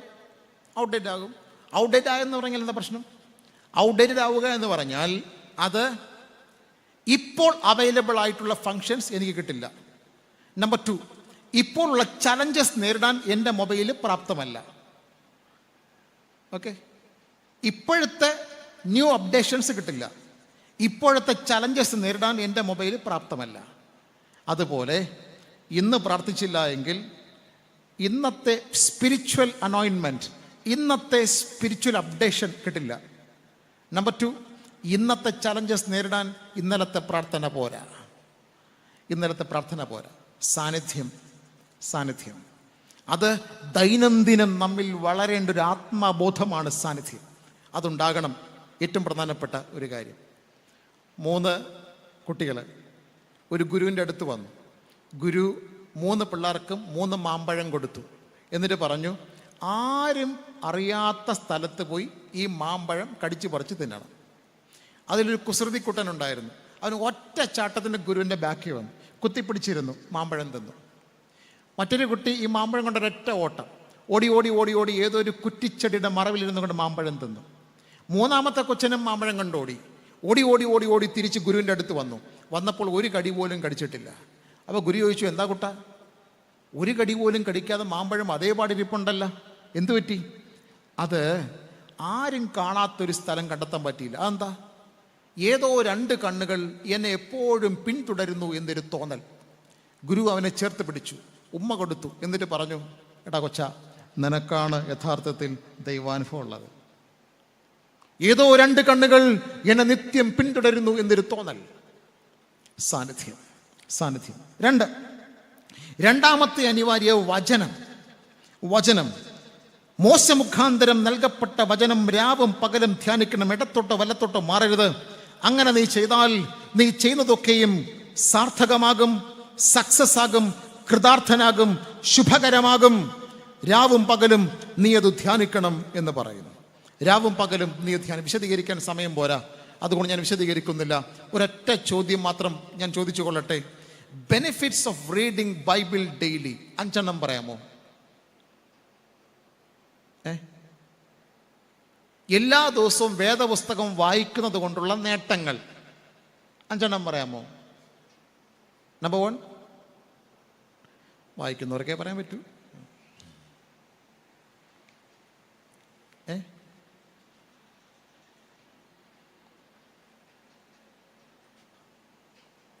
വായിച്ചിട്ട് ഓക്കെ. പണ്ട് ബില്ലി ഗ്രഹാമിൻ്റെ അടുത്ത് ഒരു മനുഷ്യൻ ഇങ്ങനെ വന്നിട്ട് പറഞ്ഞു, ഒരു കൺവെൻഷൻ പ്രസംഗം കേട്ട് പുറത്തേക്ക് ഇറങ്ങിയപ്പോഴാണ്, പിന്നെ എല്ലാ ദിവസവും വചനം വായിക്കുന്നുണ്ട്, പക്ഷേ ഒരു ആത്മപ്രചോദനം കിട്ടുന്നില്ല. ബില്ലി ഗ്രഹാമിന് 1 മിനിറ്റ് ആളെ മുഖത്തോക്കിയിട്ട് അയാളെ കയ്യിലൊരു ഡയറി ഇങ്ങനെ വാങ്ങിച്ചിട്ട് പേനയെടുത്ത് എഴുതി. Number 1, read Bible systematically. Number 2, read Bible expectantly. Number 3, read Bible obediently. മടക്കി കൊടുത്തു. എന്നിട്ട് പറഞ്ഞു, 1 വർഷം കഴിഞ്ഞിട്ട് എന്നെ വന്ന് കാണും എന്ന് പറഞ്ഞു. ഓക്കെ, എന്തൊക്കെ? നമ്പർ 1, read Bible systematically എന്ന് പറഞ്ഞാൽ എല്ലാ ദിവസവും ബൈബിൾ വായിക്കുമോ? വായിക്കും. എല്ലാ ദിവസവും വായിക്കുമെന്നേ. ആഹാ, എങ്ങനെയാ വായിക്കണേ? അത് രാത്രി ഉറങ്ങണതിന് മുമ്പേ യഹോവയുടെ ഇടയിൽ എനിക്ക് മുട്ടുണ്ടാക്കിയാലും പച്ചപ്പിള്ളുണ്ട് സങ്കീർത്തനം 20 കാണാതെ പറയുന്നു, കിടക്കുന്നു. എല്ലാ ദിവസവും വായിക്കും. പോരാ, read Bible systematically. Number 2, read Bible expectantly, പ്രതീക്ഷയോടെ വചനം വായിക്കുക. നമ്പർ 3, റീഡ് ബൈബിൾ ഒബീഡിയൻ്റ്ലി, അനുസരിക്കാൻ, ഏറ്റെടുക്കാൻ വേണ്ടി വചനം വായിക്കുക. ഈ മനുഷ്യൻ അതൊരു ചലഞ്ചായിട്ട് എടുത്തു. ഇയാൾ എന്ത് ചെയ്യുന്നറിയാമോ? ഇയാൾ പോയിട്ട് വേദപുസ്തകം 1 വർഷം കൊണ്ട് വായിച്ചു തീർക്കാൻ വേണ്ടി ക്രമപ്പെടുത്തി. ബൈബിൾ മുഴുവനും 1 വർഷം കൊണ്ട് വായിച്ചു തീർക്കണമെങ്കിൽ ദിവസം എത്ര അധ്യായം വായിക്കണം? എത്ര അധ്യായം വായിക്കണം? 4. നിങ്ങളെ ബുദ്ധിമുട്ടിക്കുന്നില്ല, 4. അങ്ങനെ എല്ലാ ദിവസവും 4 അധ്യായം വെച്ച് വായിച്ച് 365 ദിവസം കൊണ്ട് ബൈബിൾ മൊത്തം വായിക്കാൻ തക്കവണ്ണം അയാൾ ശ്രമിച്ചു. അങ്ങനെ 1 വർഷം കൊണ്ട് ബൈബിൾ വായിച്ചു, സിസ്റ്റമാറ്റിക്കലി, എക്സ്പെക്റ്റൻ്റ്ലി, ഒബീഡിയൻ്റ്ലി. വചനം വായിച്ചിട്ട് 1 വർഷം കഴിഞ്ഞ് വീണ്ടും മറ്റൊരു കൺവെൻഷനിൽ ബില്ലി ഗ്രഹാം പ്രസംഗിക്കുന്ന സ്ഥലത്ത് തേടി പിടിച്ച് പോയി കൺവെൻഷൻ ഇദ്ദേഹത്തെ പോയി കണ്ടു. എന്നിട്ട് പറയും, സർ, 1 വർഷം മുമ്പ് സാറിനെ വന്ന് കണ്ട ആളാണ് ഞാൻ. അന്ന് സാർ എഴുതിയ ഡയറി കുറിപ്പ് ഇതാ എന്ന് പറയും. ആഹാ, ബൈബിൾ വായിച്ചായിരുന്നു? വായിച്ചു. ഷെയർ യുവർ എക്സ്പീരിയൻസ്, നിങ്ങളുടെ എക്സ്പീരിയൻസ് ഷെയർ ചെയ്തു. അയാൾ പറഞ്ഞ വാക്കിങ്ങനെയാണ്, dear sir, this is terrific. ഇത് ഭീകരമാണ്, ഭീകരം, ടെറിഫിക്. എന്നെ അടിമുടി മാറ്റി. എൻ്റെ കുടുംബത്തെ മാറ്റി. എൻ്റെ കുഞ്ഞുങ്ങളുടെ ഭാവിയെ മാറ്റി. ടെറിഫിക്. ഇത് വെറും പുസ്തകമല്ലാട്ടാ, മാരകമാണ്. എനിക്ക് 100 ഉദാഹരണങ്ങൾ പറയാനുണ്ട്. ബൈബിൾ പരിഭാഷപ്പെടുത്തിയ ചാത്തുമേനോൻ ഉൾപ്പെടെ വിശദീകരിക്കുന്നില്ല. 100 ഉദാഹരണങ്ങൾ. ഭീകരമാണ് ഈ പുസ്തകം. വചനം നിന്റെ വായിൽ നിന്ന് മാറരുത്. രാവും പകലും അത് ധ്യാനിക്കണം. ഇടത്തോട്ടോ വലത്തോട്ടോ തിരിയരുത്. എന്നാൽ നീ ശുഭമായിരിക്കും. നീ ചെയ്യുന്നതൊക്കെയും സാധിക്കും. പരീക്ഷിച്ചു നോക്ക്. അതുകൊണ്ട് ക്രിസ്ത്യാനിയാണോ, ഭക്തനാണോ, ദൈവത്തെ വിളിക്കുന്നവനാണോ, this is the necessity of spirituality. ഇത് നിന്റെ ആത്മീയതയുടെ അനിവാര്യതയാണ്. ഒഴിച്ചുകൂടാൻ പാടില്ലാത്തതാണ് ഈ സാധനത്തെ. ഈ വചനത്തെ മാറ്റി നിർത്തിക്കൊണ്ട് ഒരു സ്പിരിച്വാലിറ്റിയും ഇല്ല, ഒന്നുമില്ല, ഒരു പ്രസംഗവും ഇല്ല, ആരാധനയും ഇല്ല, ഒരു ദൈവവും ഇല്ല, ഒന്നുമില്ല. വചനം അതിപ്രധാനം. ഞാൻ നമ്മുടെ മിഷണറി സഹോദരന്മാരോടൊക്കെ സംസാരിച്ചുകൊണ്ടിരിക്കെ നിങ്ങളുടെ മഹായിടവക തന്നെ ഏറ്റെടുത്ത് നടത്തുന്ന മിഷൻ പ്രവർത്തനങ്ങളെക്കുറിച്ചെല്ലാം ഞങ്ങളിങ്ങനെ ഡിസ്കസ് ചെയ്യായിരുന്നു. അപ്പോൾ സഹോദരന്മാർ പറഞ്ഞത് ഇങ്ങനെയാണ്: കുറച്ച് നമ്മുടെ ഈ മഹായിടവയുടെ തന്നെ മിഷൻ കേന്ദ്രങ്ങളിൽ പലയിടങ്ങളിലും ലിപികളില്ലാത്ത ഭാഷകൾ സംസാരിക്കുന്നവരുണ്ട്.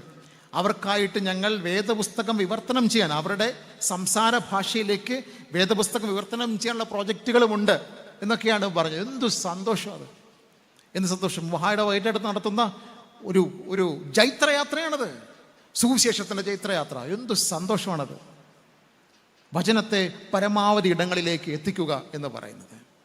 എന്നെ കേൾക്കുന്ന ദൈവജനമേ, അതുകൊണ്ട് B strong and very courageous.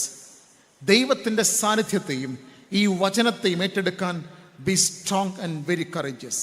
ജീവിതത്തിൽ മാറ്റങ്ങൾ ഉണ്ടാകും. Accept and adopt changes. ദൈവം, മാറാത്ത ദൈവം ഒപ്പമുണ്ട്. അവൻ എപ്പോഴും നമുക്കൊപ്പമുണ്ട്. ജീവിത സാഹചര്യങ്ങൾ മാറിയാലും കർത്താവ് മാറാത്തവനായി ഒപ്പമുണ്ട്. പേടിക്കരുത്, ഭയപ്പെടരുത്, ഉറപ്പും ധൈര്യവും ഉള്ളവരാകൂ. അതോടൊപ്പം തന്നെ നിങ്ങൾ അനുഗ്രഹത്തിൻ്റെ കണ്ണികളാകാൻ ഉറപ്പും ധൈര്യവും ഉള്ളവരാകണം.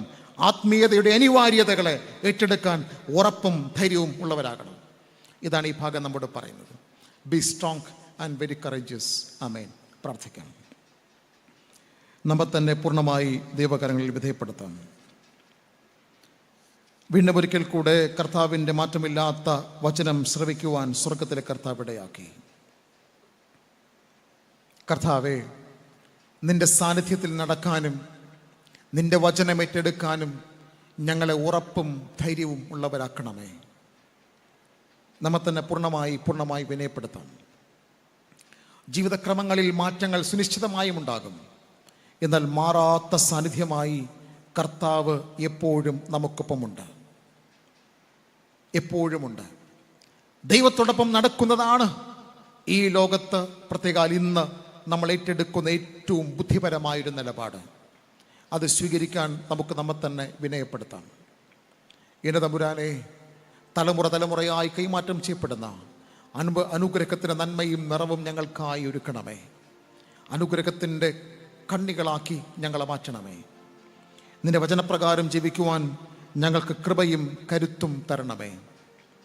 കർത്താവേ, ഇന്ന് ആകുലതകളോടെ ചഞ്ചലചിത്തരായി രോഗബന്ധനങ്ങളിൽ, പൈശാചിക പോരാട്ടങ്ങളിൽ ആകുലതകളോടുകൂടെ ആരെങ്കിലും ഈ വചനം കേൾക്കുന്നുണ്ട് എങ്കിൽ ഉറപ്പോടും ധൈര്യത്തോടും ജീവിതത്തെ അഭിമുഖീകരിക്കാനുള്ള കൃപയും കരുത്തും പ്രിയപ്പെട്ടവരുടെ ഉള്ളിൽ നിന്റെ ആത്മാവിനാൽ പകരണമേ. ഹല്ലേലൂയ. നന്ദിയോടെ സ്തോത്രം. ഞങ്ങളുടെ കൊച്ചു ജീവിതങ്ങളെയും സമർപ്പിക്കുന്നു. ബലപ്പെടുത്തണം, ധൈര്യപ്പെടുത്തണം. നിന്റെ ആത്മാവിനാൽ അങ്ങ് ശക്തീകരിക്കണം. ഞങ്ങളെ പൂർണ്ണമായി വിനയപ്പെടുത്തുകയാണ്. ഈ ആരാധനയുടെ മഹത്വവും അങ്ങയ്ക്ക് മാത്രം തന്നെയാകട്ടെ. ഇന്ന് ഇവിടെ പ്രഘോഷിച്ച തിരുവചനത്താൽ ഞങ്ങളെല്ലാവരെയും അമിത ബലത്താൽ നിറക്കണമെന്ന് ക്രിസ്തു മുഖാന്തരം പ്രാർത്ഥിക്കുന്നു. കൃപയോടെ യാചന കേൾക്കുമാറാകണമേ. ആമേൻ.